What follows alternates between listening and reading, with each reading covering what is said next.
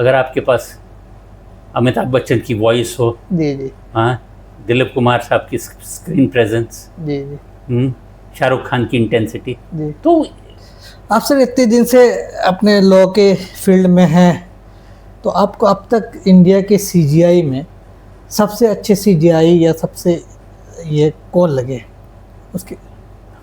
ये तो मुश्किल सवाल है। ये वो तो ये तो ऐसा सवाल है जैसे कि आपको दिलीप कुमार पसंद है या अमिताभ बच्चन पसंद है या शाहरुख खान पसंद है। जी जी अपने अपने ज़माने में कई अच्छे अच्छे जजेस रह चुके जी। हैं, अगर आप और हर कोई ऐसा जज नहीं है जिस पे हम ये कह सकते हैं कि उनमें बिल्कुल कोई खोट नहीं थी। जी शाहरुख खान भी कुछ खराब पिक्चर कर चुका है, जी दिलीप कुमार साहब ने भी किया है। जी तो कुछ अच्छे जजों में, चीफ जस्टिस में, चीफ जस्टिस वेंकटाचलैया जो थे जब मैं नया नया सुप्रीम कोर्ट आया था, जी। उसके बाद अगर इनकी क्या क्या चीज़ें आपको सबसे प्रभावित करी? नहीं, वो तो बड़े विद्वान आदमी थे जी और बड़े पोलाइट आदमी भी थे। जी वो अगर वो कोई जवाब जानते भी थे जी तो किसी को नीचा नहीं दिखाते थे। तो शायद आप वो किताब अगर आप देखें तो शायद आपको वहाँ उस पन्ने पे आपको ये सवाल का जवाब आपको मिलेगा। वैसे कहने वाले थे। और वो पर जब कुछ यानी कुछ गलत हो रहा था तो इमीडिएट कह भी देते।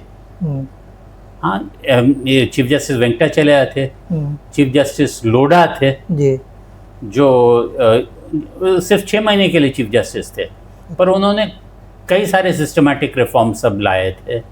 पहले तो सुप्रीम कोर्ट के वकील जज नहीं बनते थे ज़्यादा, 4 लोगों को वकीलों को जज बनाए थे डायरेक्टली, तो और काफ़ी डिसाइसिव थे।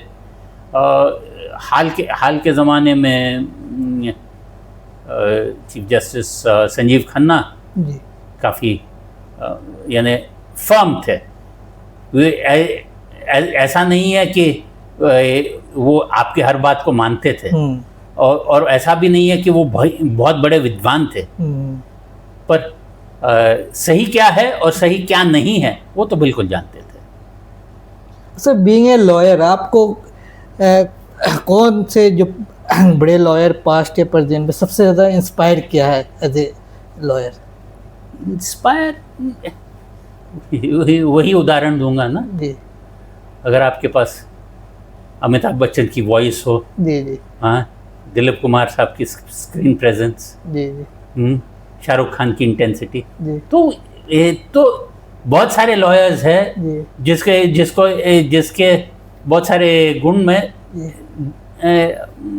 मैंने देखा है और थोड़ा थोड़ा इस्तेमाल करने की कोशिश भी किया है। फाली नरिमन साहब थे, बहुत ही अच्छे वकील थे।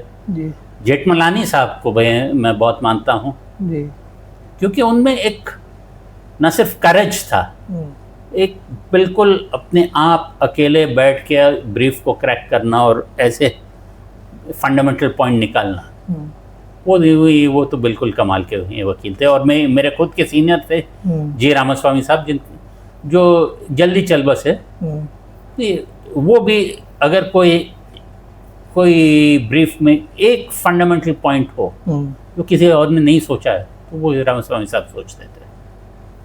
सर, कभी ऐसा सिचुएशन आता होगा आप लोगों के लॉयर की जहाँ पे एक तरफ जस्टिस हो और एक तरफ आपको आपकी कैरियर हो, उसमें आपको चूज़ करना पड़ता है।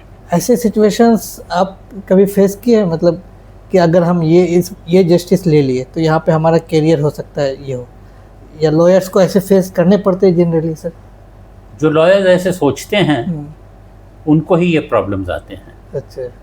क्योंकि वैसे हो तो ये हर वकील तो फिर बिकाऊ हो जाएगा ना। तो जो वैसे सोचते नहीं है उनको कभी आता नहीं है प्रॉब्लम। अच्छा।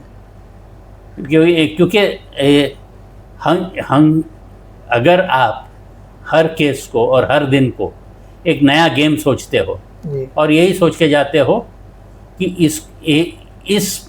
इसमें सफलता कैसे लेनी है, जी तो फिर कोई ज़्यादा प्रॉब्लम नहीं आएगा।